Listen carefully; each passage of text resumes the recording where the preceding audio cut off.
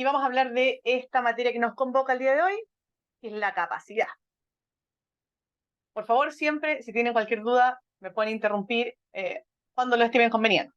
A ver, cuando estudiamos capacidad en el acto jurídico, como saben, ya estamos hablando de una especie de capacidad en particular que tiene que ver con la capacidad de ejercicio. La capacidad en general tiene un concepto que involucra tanto a la capacidad de goce, que como ustedes ya recordarán es un atributo de la personalidad, y la capacidad de ejercicio, que es un requisito de validez de los actos jurídicos. ¿Ya? La capacidad de goce, que es esta facultad para adquirir derechos y contraer obligaciones por sí mismos, los tenemos todos quienes estamos aquí, todas las personas por el solo hecho de serlo, inclusive un bebé recién nacido va a tener capacidad de goce porque es un atributo de la personalidad y es inherente a toda persona. Eso lo vemos nosotros en la materia de sujetos del derecho. Ahora bien, en cuanto a la capacidad de ejercicio, esto ya es un requisito, como yo les digo, de validez de los actos jurídicos, y la capacidad de ejercicio dice relación con la facultad para poder ejercer estos derechos sin que intervenga un tercero. Es decir, sin que intervenga, por ejemplo, un representante legal que habilite o facilite que se pueda ejercer esta capacidad. ¿Ya? Entonces ahí vemos que, claro, capacidad de goce tenemos todos, por el solo hecho de ser personas. Pero la capacidad de ejercicio, chiquillos y chiquillas, es la regla general. Nuestro Código Civil plantea, ¿cierto?, que por regla general todos somos capaces de ejercicio. Sin embargo, la ley establece ciertas categorías de personas que son incapaces, ¿ya? Por excepción, o sea, excepcionalmente. Y aquí, chiquillos, hay dos formas de responder y de estudiar respecto al tema de la capacidad de ejercicio. Yo se las voy a plantear, las dos, para que ustedes, en definitiva, elijan la que más les acomoda. Cuando en el examen de grado preguntan sobre la capacidad de ejercicio, nos van a preguntar quiénes son incapaces en virtud de la ley. ¿Bien? Nosotros vamos a plantear que existen, puede ser por una parte, factores de incapacidad que determinan quiénes son incapaces, o vamos a plantearlo de otra manera y vamos a decir que la ley establece dos clases de incapacidad de ejercicio. ¿Ya? Puede abordarse de ambas formas. Ahora, también puede ser que el profesor del examen de grado nos pregunte directamente, ¿cuáles son los factores de incapacidad? ¿Qué se refiere con los factores de incapacidad? Los criterios que determinan que una persona pueda ser incapaz. ¿Ya? Se refiere a eso. Entonces, las personas en nuestra legislación son incapaces de ejercicio en virtud de dos criterios: la edad, por una parte, y la salud mental, por la otra. Chiquillos, mi invitación es a estudiarlo así ordenadamente. ¿Ya? O lo estudiamos con ese orden en cuanto a los factores, o lo estudiamos en cuanto a las clases de incapacidades. O sea, quiénes son incapaces, ¿cierto? De una manera absoluta, o sea, que no pueden actuar en ningún caso personalmente en la vía del derecho, o relativamente, es decir, que en ciertos casos podrán actuar de manera personal, o representados, o autorizados. O sea, es una incapacidad un poquitito menos rigurosa que la absoluta. ¿Ya? Entonces, lo vamos a ordenar por los factores de incapacidad. Los factores de incapacidad dicen relación con la edad y la salud mental, como les planteaba. En cuanto a la edad, son incapaces los sujetos llamados impúberes y menores adultos. Bien, el menor adulto es un incapaz relativo, es decir, puede actuar en la vía del derecho en ciertos casos representado, en ciertos casos autorizado y en ciertos casos inclusive por sí mismo. En cambio, el impúber es un incapaz absoluto, ¿bien? Y puede actuar en la vía del derecho solo representado. Aquí sí va la memoria, chiquillos, chiquillas, More, Cristian, Gaby, Josué, etcétera, va la memoria, porque tenemos que saber los rangos etarios en el caso de la incapacidad por edad.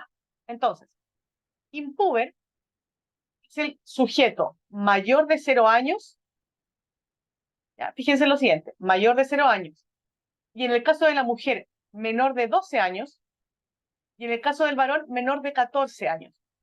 Esos son impúberes. Los impúberes son el género de incapaz.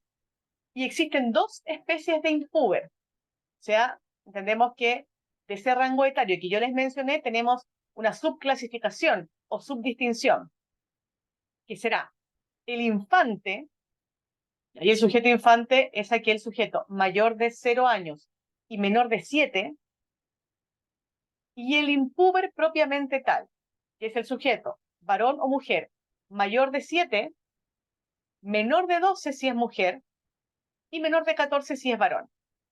Todos aquellos se llaman impúberes, pero los primeros infantes llegan hasta los 7 años y los impúberes propiamente tales van desde los 7 años hasta 14 y 12 respectivamente. Yo les he comentado que para todo en derecho civil tenemos que preguntarnos, igual que los niños pequeños, el por qué.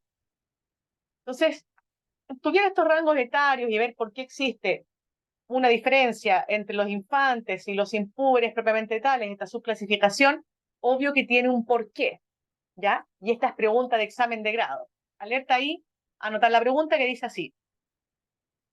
¿Existe alguna diferencia entre la capacidad que tiene un infante y un impúber propiamente tal? Esta pregunta se realiza. ¿Por qué? Porque para ojos de la ley ambos son incapaces absolutos.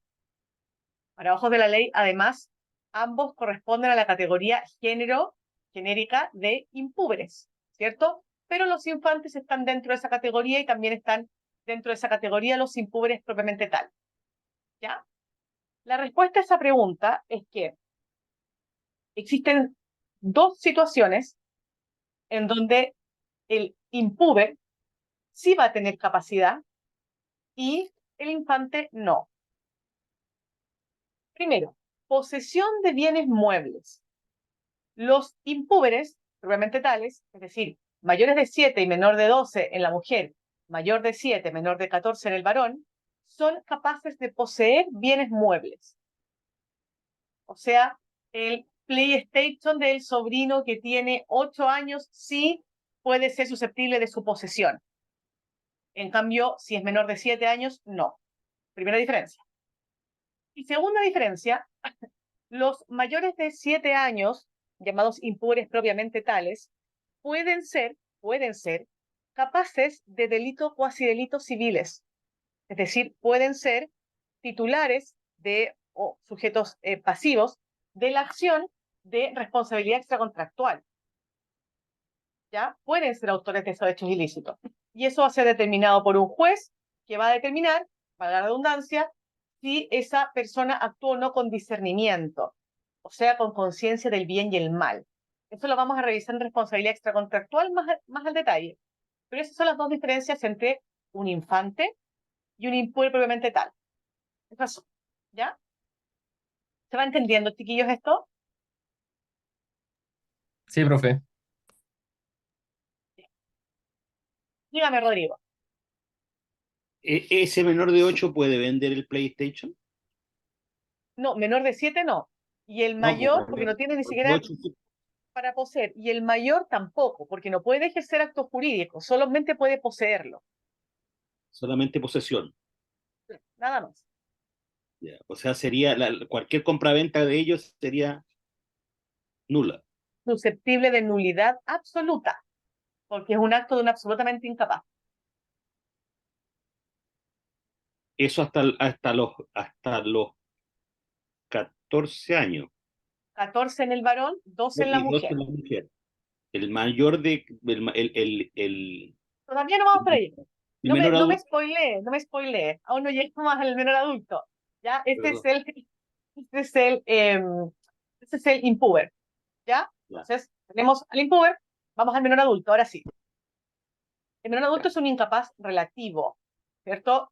Mujer mayor de 12 hasta antes de cumplir 18 años y varón mayor de 14 hasta antes de cumplir 18 años. Aquí una precisión, chiquillos, como una maña, ¿ya? Te lo voy a decir así, bajito. Hay profesores que les molesta mucho que el estudiante diga que el menor adulto llega hasta los 18 años, porque dicen, no, eso está mal.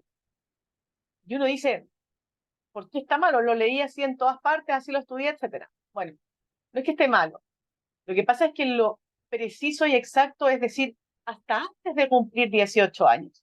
Porque ya con los 18 años cumplidos estamos ante una persona que es plenamente capaz. Ya está, 18 años, un minuto, ya es plenamente capaz. Entonces, lo correcto es decir, hasta antes de cumplir 18 años. ¿Ya? El incapaz relativo menor adulto es un sujeto que puede actuar en la vía del derecho en ciertos casos, representado o autorizado por su representante legal, y en otros casos inclusive personalmente. Por ejemplo, puede el menor adulto ejercer actos respecto de su peculio profesional o industrial, administrarlo. Por ejemplo, un menor adulto que trabaje puede hacerlo. ¿Ya? Ahora bien, estos que nosotros acabamos de mencionar son precisamente los sujetos incapaces relativos, o sea, perdón, incapaces en virtud de la edad. En virtud de la salud mental, que es el segundo criterio que tenemos que afrontar, tenemos a los dementes, los sordos o sordomudos que no pueden darse a entender claramente, y el disipador interdicto. Tres sujetos contemplan esta incapacidad de salud mental. Primero vamos a hablar del demente. El demente, primero, erradicar ese concepto de, en mi época, pasado años ya, estudiamos y hablamos del loco furioso inclusive. Ya, eso no. Esto está absolutamente erradicado, es discriminatorio y ya no procede. Pero en ese tiempo sí se hablaba, cuando se hablaba de la demencia, se hablaba de muchos conceptos que hoy día están absolutamente prohibidos y erradicados. Solamente demente. No hablamos del loco ni mucho menos. El demente. Y el demente es concebido legalmente como un sujeto que tiene privación de razón médica, diagnosticada, ¿cierto? Pero en un sentido amplio. O sea, es importante entender que la demencia en materia legal no corresponde al concepto médico de demencia. ¿Ya? Por tanto, involucra otras enfermedades mentales también que hagan incapaz al sujeto de realizar actos jurídicos. ¿Ya? Eso es súper importante. No es una demencia en sentido clínico, sino que es una demencia en sentido legal.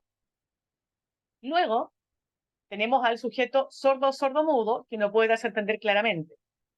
Este sordo o sordomudo, si se fijan, uno dice, pero esta persona es sordo o sordomuda, esa incapacidad no es mental.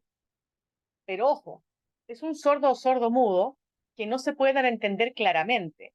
Es decir, no maneja lengua de señas, porque si manejara lengua de señas sería totalmente capaz. Tampoco se da a entender por escrito.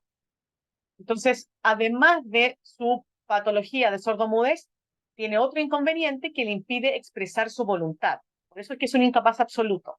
¿Ya? No podemos conocer nosotros la voluntad que tiene. Y finalmente, el interdicto por disipación, tercer sujeto, incapaz en virtud de la salud mental, incapaz relativo en este caso, es una persona, disipador interdicto, que una sentencia firme y ejecutoriada ha determinado que ha perdido la disposición de sus bienes, que va a tener un representante legal, se llama curador. ¿Sabes? Entre paréntesis la diferencia entre tutor y curador. Tutor es cuando la persona es menor de edad, curador es cuando es incapaz pero es mayor de edad. Y esta persona ha sido declarada interdicta porque presenta impulsos irrefrenables a malgastar sus bienes. Eso es un dilapidador o un disipador. ¿Bien? ¿Se entiende hasta aquí? ¿Estamos bien? Ya. Existen, entonces, dos cuestiones para cerrar esta materia. La primera, son incapaces relativos, el disipador interdicto y el menor adulto. La pregunta que se realiza aquí en el examen de grado dice relación con que si ambos pueden realizar los mismos actos jurídicos. Esta también es pregunta de grado, es decir, los incapaces relativos en general, disipador interdicto y menor adulto, ¿tienen exactamente la misma capacidad de ejercicio? O sea, ¿pueden realizar los mismos actos? La respuesta es que no. Ambos corresponden a la categoría de de incapaz relativo, ambos. Sin embargo, el menor adulto puede, como ya les había adelantado, administrar su peculio profesional e industrial por sí mismo. Cuestión que no puede hacer el disipador interdicto. El disipador interdicto queda absolutamente desprovisto de la administración de sus bienes. Pasa íntegramente a ser administrado por su curador. íntegramente. ¿Ya? Eso es lo primero. Segundo, el menor adulto engendrará obligaciones naturales, como lo veremos ya en el mes de noviembre en relación a las obligaciones. Cuestión que no procede en el caso de el disipador interdicto. El menor adulto puede ser mandatario en el contrato de mandato. Puede ser entonces representante de una persona plenamente capaz. El disipador interdicto, bajo ninguna circunstancia, piensen que esta persona no administra lo propio, lógicamente entonces tampoco podría administrar lo ajeno. Pero no es tan mala la condición del disipador interdicto. El disipador interdicto puede contraer matrimonio, el menor adulto no. Esto es nuevo, es novedoso, recordemos que la norma cambió hace poco. Para contraer matrimonio hoy día se requiere de la edad mínima de 18 años. Por lo tanto, hoy, y esto tenemos que actualizarlo si es que tenemos apuntes más antiguos, hoy el disipador interdicto puede contraer matrimonio y el menor adulto no. Ni siquiera autorizado porque esto ya del ascenso no existe, se modificó, etc. ¿Ya? Hay que ser mayor de 18 años. ¿Dudas hasta aquí? Por mi parte, no, profesora. Gracias, Cristian. Entonces, aquí les dejo, ustedes lo van a poder leer luego, un paralelo entre los actos de los absolutamente incapaces y de los relativamente incapaces. ¿Ya? Ahí lo van a poder revisar. Esto es como un resumen. Lo importante es que recuerden que los actos celebrados por los absolutamente incapaces tendrán como sanción la nulidad absoluta. Y los actos realizados por los relativamente incapaces tendrán como sanción la nulidad relativa. ¿Ya? Ahí pueden ir revisando luego este PPT que se lo voy a enviar hoy día. Pero pues, bueno, igual creo que están los PPT ya en nuestro drive, ¿ya? Entonces, dicho esto, vamos a pasar a la segunda materia del día de hoy. Ya vamos a ver tres cositas, que es objeto. Esto es complicado, chiquillos, es complicado. Así que lo vamos a hacer bien pausado para que se entienda, pero es una preguntaza, es un tema, sí o sí, de nuestro examen de grado. Objeto. ¿Por qué estudiamos el objeto? ¿Se acuerdan dónde está ubicado el objeto? ¿Qué era o qué es?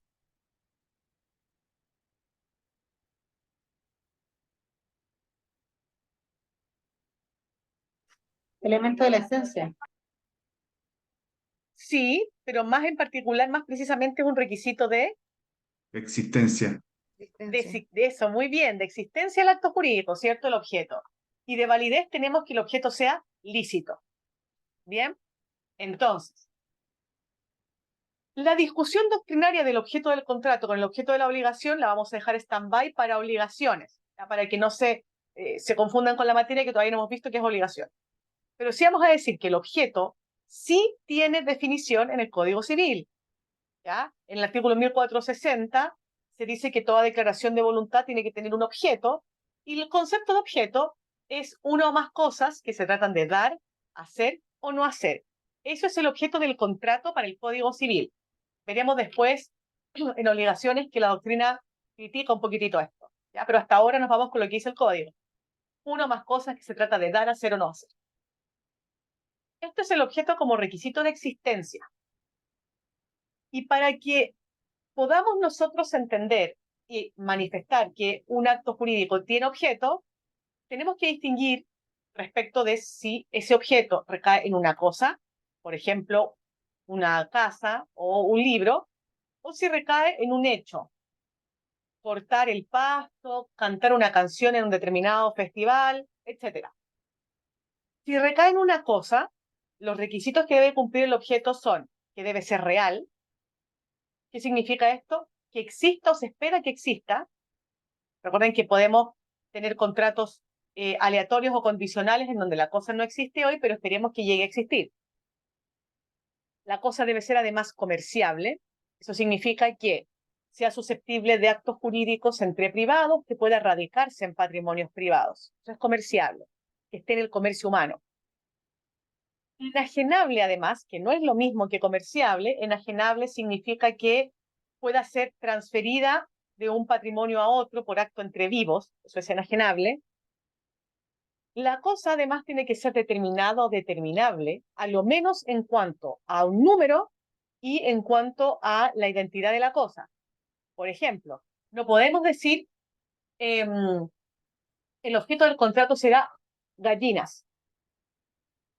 No, tenemos que determinar a lo menos cuántas gallinas. Si no lo determinan las partes, perfectamente es posible que un tercero señale cuántas gallinas serán el objeto de la prestación, pero a lo menos tiene que determinarse en esa forma.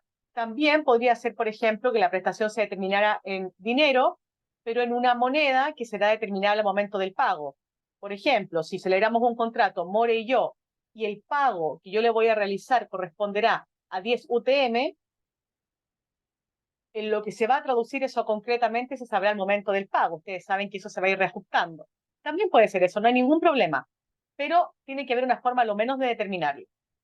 Y la cosa tiene que ser lícita, cuestión que vamos a analizar como requisito de validez del objeto lícito. ¿Ya? Y si la cosa, y si el objeto recae en un hecho, este tiene que ser determinado o determinable, o sea, tiene que estar establecido claramente cuál es el hecho a realizar o a lo menos la forma de determinación.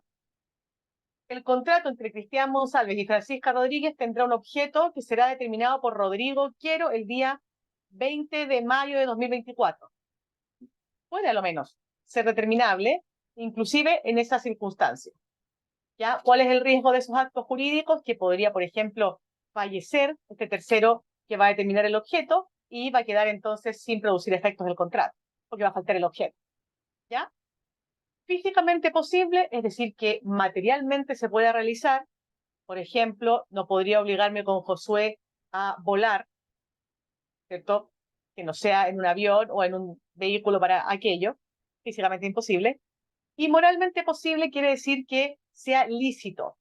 Por ejemplo, no podría contratarme alguno de ustedes para matar a alguien.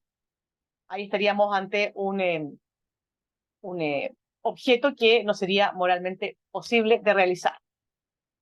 ¿Ya? Todo esto dice relación con el objeto como requisito de existencia de los actos jurídicos. Pero cuando hablamos de la validez es donde vienen mayormente las preguntas de examen de grado. Esta materia es un poquito más compleja. ¿Ya? A ver, vamos a ver esto y nos vamos a ir al descanso. El Código Civil no define lo que es objeto lícito. El requisito de validez es licitud del objeto. No lo define. El Código Civil tampoco define lo que es objeto ilícito. Poco. Pero el Código Civil tiene un criterio casuístico, es decir, señala casos de objeto ilícito, desde el 1462 al 1466 del Código Civil, que son estos casos que aparecen acá. ¿Hay que aprendérselos? Sí, pero más que aprendérselos es importante que los entendamos, porque si nos aprendemos la lista, chiquillos, el profesor nos va a preguntar algo en particular. O sea, el profesor, muy poco probable que nos diga, enuméreme todos los casos de objeto ilícito del Código Civil, porque además, súper importante, la enumeración del 1462 al 1466 no es taxativa. ¿Qué quiere decir esto? Fíjense en el numeral 7 de la lámina, que corresponde al artículo 1466. El numeral 7 dice que adolecen de objeto ilícito todos los actos prohibidos por la ley. Fíjense, o sea, queda de manifiesto que cada vez que nos enfrentamos a una norma prohibitiva, frente a su incumplimiento o su irrupción por parte nuestra, estaríamos ante un caso de objeto ilícito.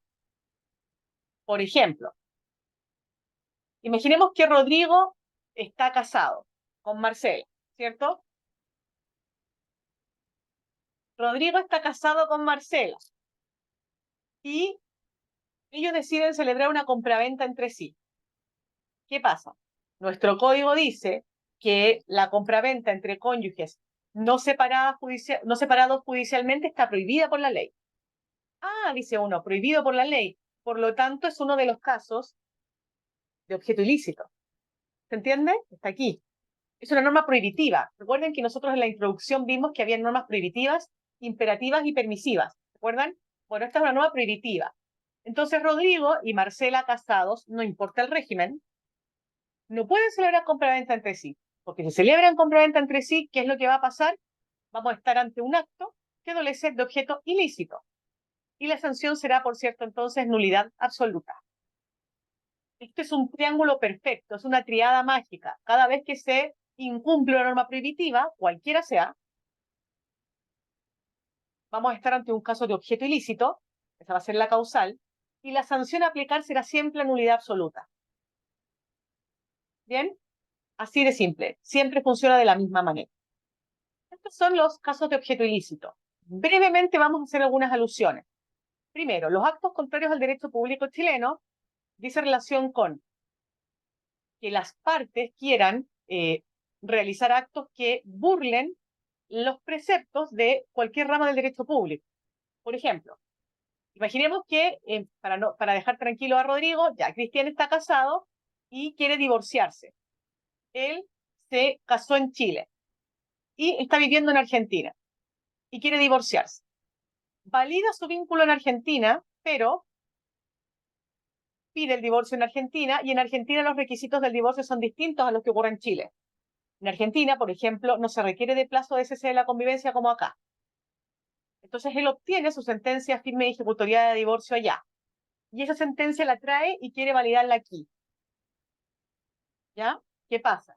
Ese es un acto contrario al derecho público chileno, porque si él ha contraído matrimonio en Chile, tiene que someterse para el divorcio a las normas del derecho chileno, y el derecho chileno exige cese de la convivencia, por ejemplo.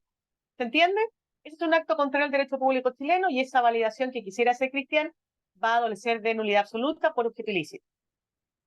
Derecho público chileno, en este caso, normas de derecho procesal. Segundo, pacto sobre asociación futura. No se pueden realizar acuerdos, ojo, acuerdos, chiquillos, esto no tiene que ver con el testamento. No se pueden realizar acuerdos respecto de la sucesión de una persona que está viva. Es decir, More no puede llegar a acuerdo con su madre y decirle, mire, si yo me muero, te voy a dejar esto, esto y esto. Hagamos este contrato. No se puede, son pactos, no se pueden hacer acuerdos entre dos respecto de aquello. Lo único que se puede hacer es el pacto de no disponer de la cuarta de mejoras, es una excepción, artículo 1204 del Código Civil por si lo quieren revisar, pero nada más. Esto lo van a entender mejor en sucesorio, sí, no se preocupen. El pacto de no disponer de la cuarta de mejoras. También adolece de objeto ilícito la enajenación de las especies enumeradas en el artículo 1454. ¿Cuáles son esas especies? Primero, cosas incomerciables. Segundo, derechos personalísimos o derechos o privilegios inherentes a la persona. Tercero, especies embargadas por decreto judicial, salvo que el juez o el acreedor consienten ello. Ahí para los que están revisando el código. Fíjense cómo el numeral 3 da una salida. ¿Ya? En el caso 1 y 2 no hay ninguna salida. Absolutamente no se pueden enajenar las cosas incomerciables, absolutamente no se pueden enajenar los derechos personalísimos. Pero los numerales 3 y 4 dan salida. El 3 dice que se puede enajenar una especie embargada siempre que el acreedor o el juez consienta. Por lo tanto, aquí estamos ante una norma que es imperativa de requisito, no es prohibitiva. Al igual que el numeral 4, podemos enajenar especies cuya propiedad se litiga, eso dice el 4, siempre que el juez que conoce de este litigio y que haya otorgado esta prohibición consienta. Norma imperativa de requisito. 3 y 4. Cumpliendo el requisito, podemos. Sin cumplir el requisito, no podemos. ¿Bien? Y respecto de ese artículo, solo mencionar que hay dos preguntas que se hacen de 1464 en general. Uno es, ¿qué tipo de normas contiene el artículo 1464? Que se los adelanté. 1 y 2, numerales 1 y 2, normas prohibitivas. 3 y 4, normas imperativas de requisito. Esa es una pregunta. Y la segunda pregunta que se hace, y aquí nos vamos al break, la segunda pregunta que se hace es si se pueden vender las especies enumeradas en el artículo 1464. Ojo, lo que dice el código es enajenación, ya vimos lo que era enajenación hoy día. Y pregunta el profesor si se pueden vender esas especies. Enajenación dice relación con derechamente transferir de un patrimonio a otro una cosa por acto entre vivos. Eso dice. Y esa es la enajenación. Y la venta dice relación con celebrar compra-venta, o sea, con este contrato, y voy a dejarle después el código, con este contrato en donde una parte se obliga a dar y la otra a pagar un precio, ¿cierto? Y lo vamos a ver luego en el artículo 1790. Entonces les voy a dejar planteada la pregunta para que nos vayamos al descansito, que dice relación con lo siguiente. Ya vimos que enajenación y venta son distintos. Ahora la pregunta que va a quedar aquí es, ¿se puede celebrar compraventa de estas especies enumeradas en el artículo 1464? Esta pregunta vamos a dejar, es una pregunta de examen de grado, y vamos a parar unos 10 minutitos para que puedan ir a buscar un café. Yo sé que estamos intensos hoy día, pero tenemos que terminar actos jurídicos, y se las dejo planteadas para que la piensen un poco y volvemos, ¿bien? Y me pueden manifestar las dudas de vuelta. Ya, nos vemos en 10 minutos.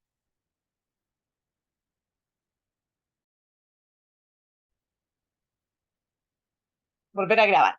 Chiquillos, ¿alguno de ustedes pudo reflexionar o pensar, o ya se la sabía de antes esta pregunta? Si se pueden vender las especies enumeradas en el artículo 1464, si no, ¿por qué? ¿Quién se quiere arriesgar? Esto así hacer un poquito la dinámica de nuestro seminario, para que nos vayamos poniendo a tono. Yo, profe. Josué, muy bien, cuénteme. Ya, mire, usted dijo que la enajenación era transferir de un patrimonio a otro, ¿cierto? Y usted la pregunta que hizo fue, ¿se puede vender las especies de 1464, ¿cierto? ¿Sí? Y también dijo que la venta, una parte es dar y la otra parte es pagar el precio. Si hay ¿Sí? alguna compraventa de estos puntos del artículo 1464, dice que la compraventa no constituye enajenación, ¿cierto? Entonces se podría dar la compraventa de alguno de estos puntos del 1464, porque es la tradición la que cumple la entrega de esta compraventa. Pero el artículo, estaba viendo, 1810 Ahí está. establece Sí. ciertos puntos donde efectivamente se podría realizar una venta, pero por ejemplo en la doctrina para Alexandri dice que no, porque esa es como una sanción para el objeto ilícito. Eso en sí es lo que entendí. Muy bien, Josué. A ver, el primer razonamiento está bien, sin embargo, porque Josué plantea dos ideas distintas. El primero está bien, sin embargo, claro, lo que pasaría sería que celebraríamos una venta, pero no podríamos dar lugar a la tradición, porque ahí ya dice relación con una enajenación. Sin embargo, el segundo razonamiento que plantea Josué es el que obedece a esta pregunta en particular. Lo vamos a depurar un poquitito. La pregunta era entonces si se pueden vender las especies enumeradas en el artículo 1464. 1464 habla de las cosas cuya enajenación adolece de objeto ilícito. Y venta y enajenación sabemos que no es lo mismo. Entonces, él menciona el artículo 1810. El artículo 1810 dice expresamente, pueden venderse todas las cosas corporales o incorporales cuya enajenación no esté prohibida por la ley. ¿Cierto? Ok.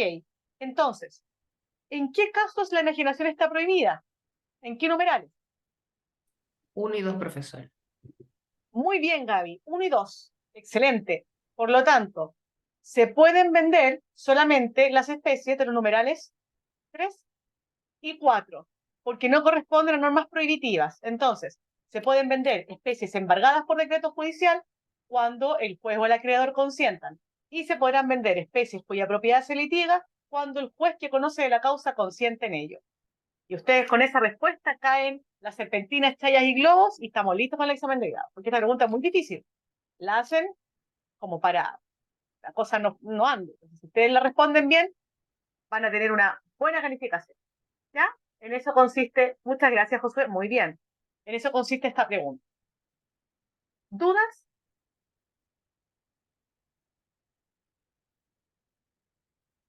Nos vamos a lo último. Por supuesto, chiquillos, que van a existir ciertos temas que no vamos a alcanzar a ver, por cuestiones de tiempo del curso. Ustedes saben que estamos hablando de 5 años de carrera casi en los civiles, pero por supuesto, si ustedes tienen dudas cuando vayan estudiando, me las pueden ir preguntando. Nosotros vamos a ver en clase lo más importante. ¿Ya?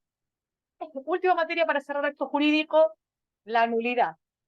Para estudiar la nulidad la vamos a contextualizar, de todas maneras, ¿ya? Porque a mí me gusta como que veamos de dónde vienen las cosas, a dónde se van situando para que se entienda. Entonces, a ver, vamos a partir hablando de la eficacia y la ineficacia jurídica. Que un acto sea eficaz o ineficaz dice relación con si produce o no produce efectos. Así de simple, ¿ya?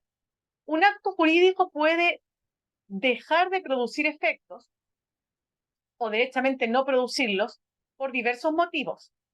Y eso es lo que se conoce como ineficacia jurídica, que admite dos sentidos.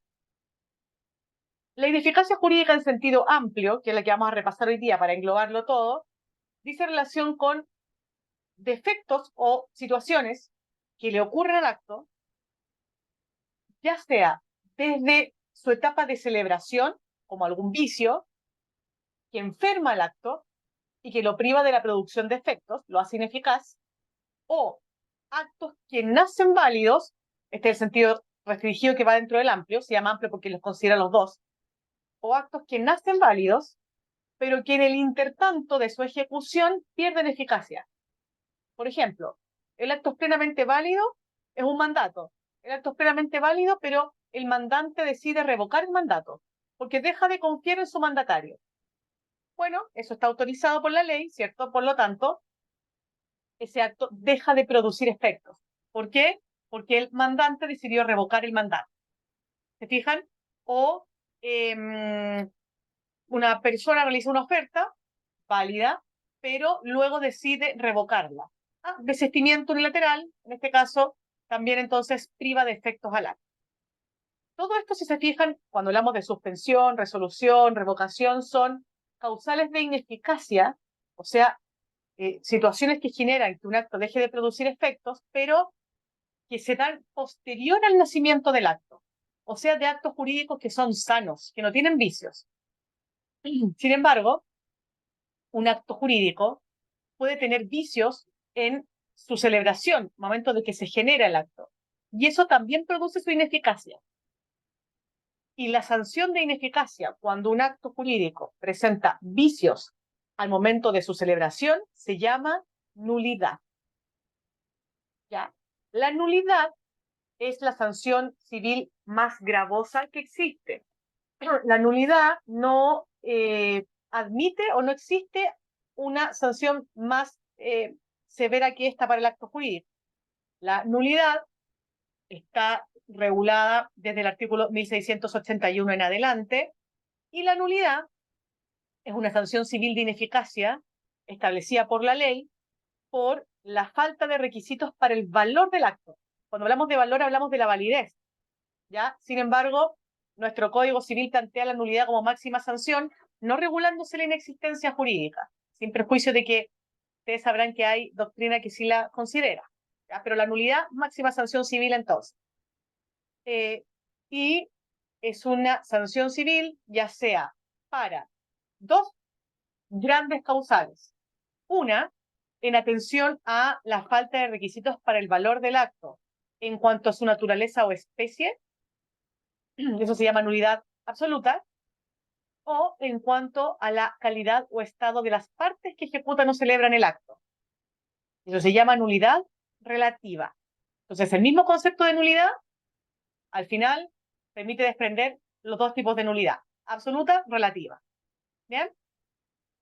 Entonces, aquí, dicha la clasificación de la nulidad, absoluta relativa, la causal genérica de la absoluta dice relación con la naturaleza o especie del acto contrato, y la causal genérica de la nulidad relativa con la calidad o estado de las partes, vienen aquí la típica pregunta de examen de grado de las causales de nulidad. ¿Ya? Aquí ustedes saben que tutoría coaching es la tutoría de la cautela, del cuidado. Y vamos a tener cuidado en responder esta pregunta porque es bien fácil embarrar. ¿Por qué?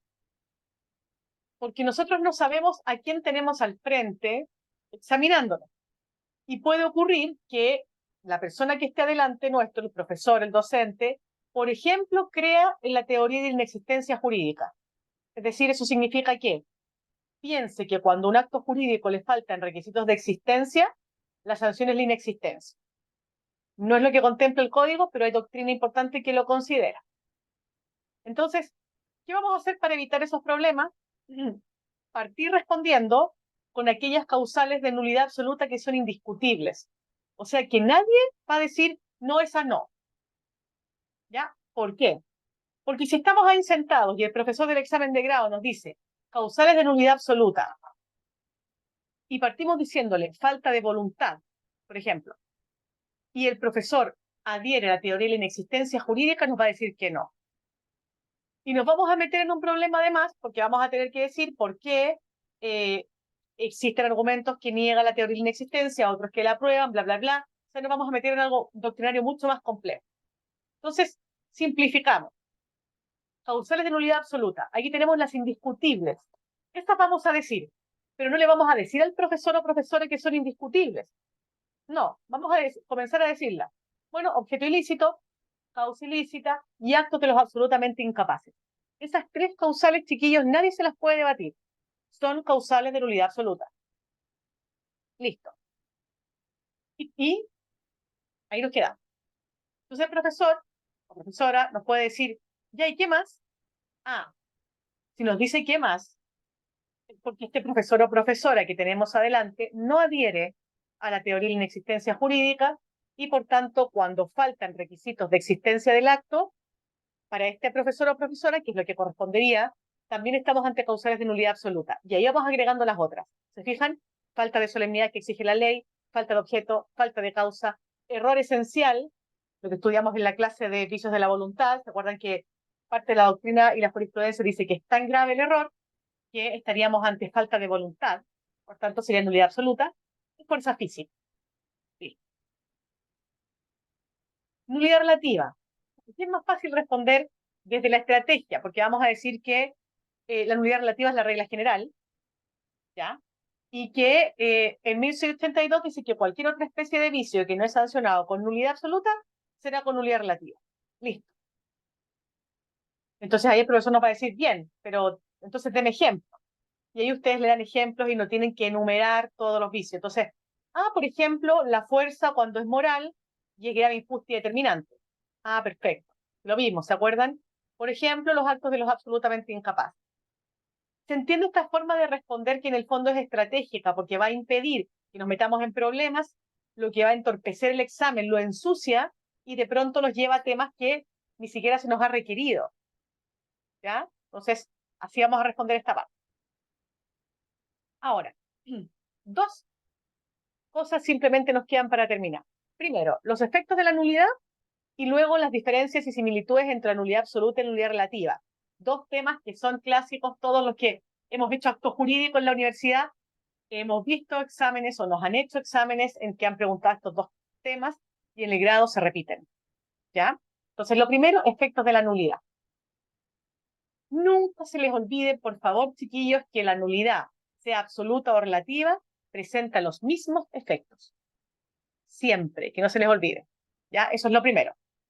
Entonces, la respuesta a esta pregunta, efectos de la nulidad, es hay que distinguir.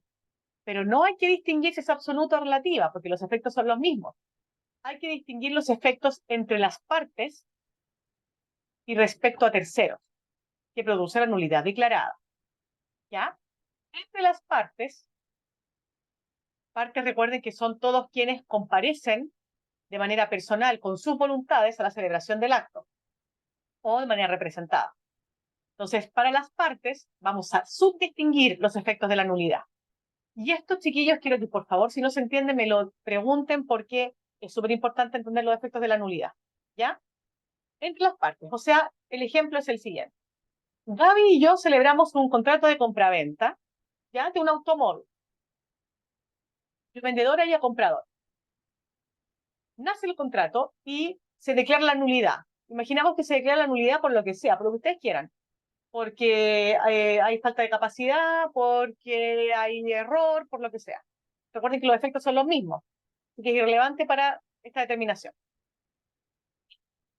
Entonces, vamos a distinguir si se declara la nulidad cuando el contrato ya fue cumplido o cuando las obligaciones estaban pendientes.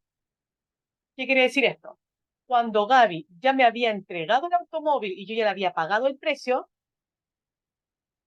o cuando aún Gaby no me entregaba el automóvil y yo aún no le pagaba el precio. Primera hipótesis, obligaciones ya cumplidas. Segunda hipótesis, obligaciones pendientes. ¿Se entiende? ¿Sí? Ya. Seguros. Si no se entiende, me dicen. Entonces, si ya habíamos cumplido las prestaciones, Gaby ya me había entregado el automóvil y ya le había pagado, se declara la nulidad.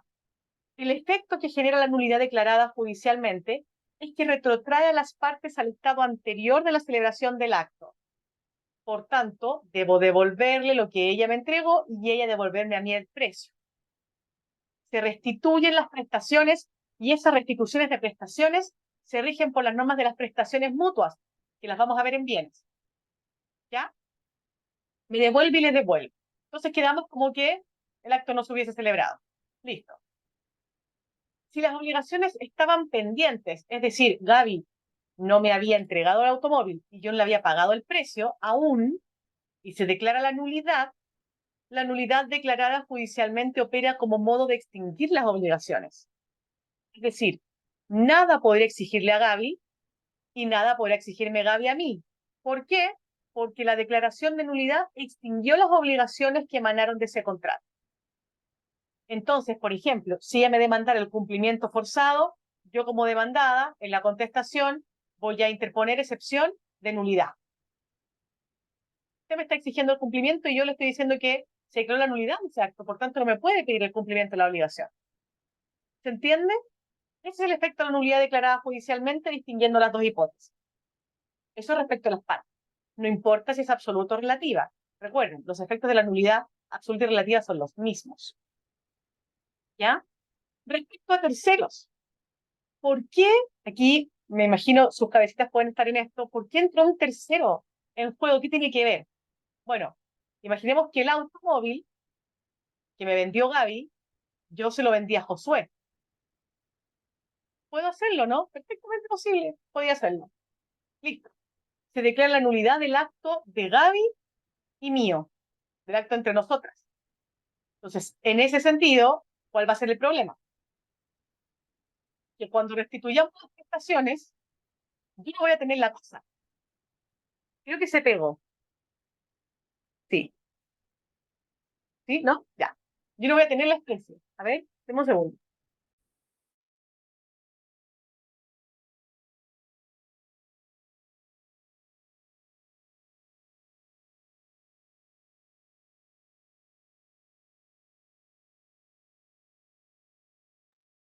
¿Me ven? ¿Me escuchan?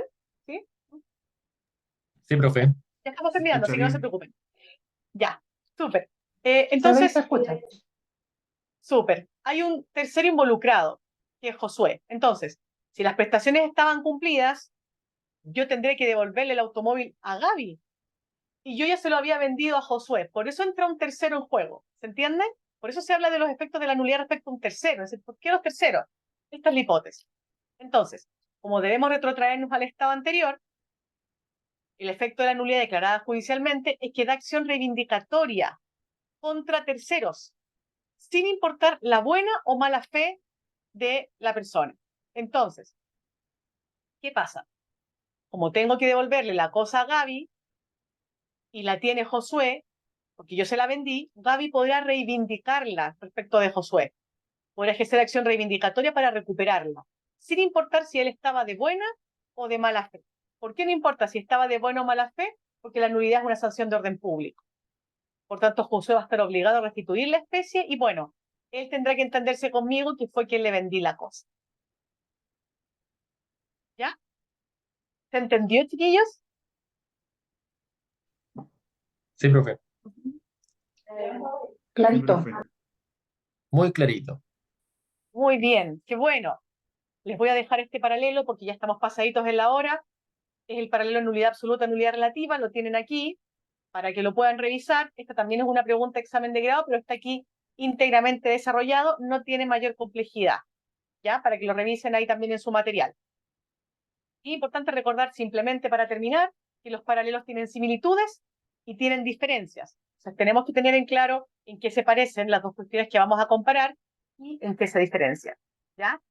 Si hay dudas, por supuesto, me pueden preguntar cuando lo deseen. Bien, ya chiquillos, lo dejo porque me pasé un poquito, les agradezco mucho su atención, les deseo mucho éxito en sus jornadas y que tengan un lindo fin de semana. Igualmente, Chao, profesora. profe. Gracias. Hasta Chao. luego. Chao, profe. Chao, chiquillos, que estén bien, que estén muy bien.